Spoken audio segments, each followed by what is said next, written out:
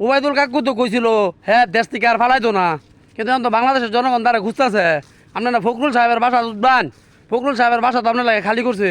কই আপনি আইসা পড়েন। হ্যাঁ কই গেছুন? অহংকার খুব বালাই করছিলেন, ভাবছিলেন যে ছাত্রলীগের ফুলাবান্ধা ছাত্রদেরকে এক নিমিষে ধ্বংস করে আলবান।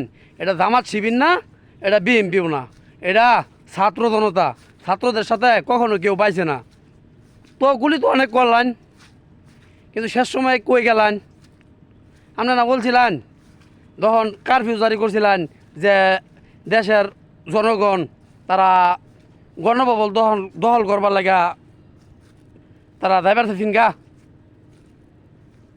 কই গেলেন? গণভবন ঠিকই দখল করছে। অতএব জীবনের বাকি সময়গুলো বালায়রা যদি কাটাইবার চান, অহংকারী বাদ দেয়া তো অবাদিল্লা কইরা বালায়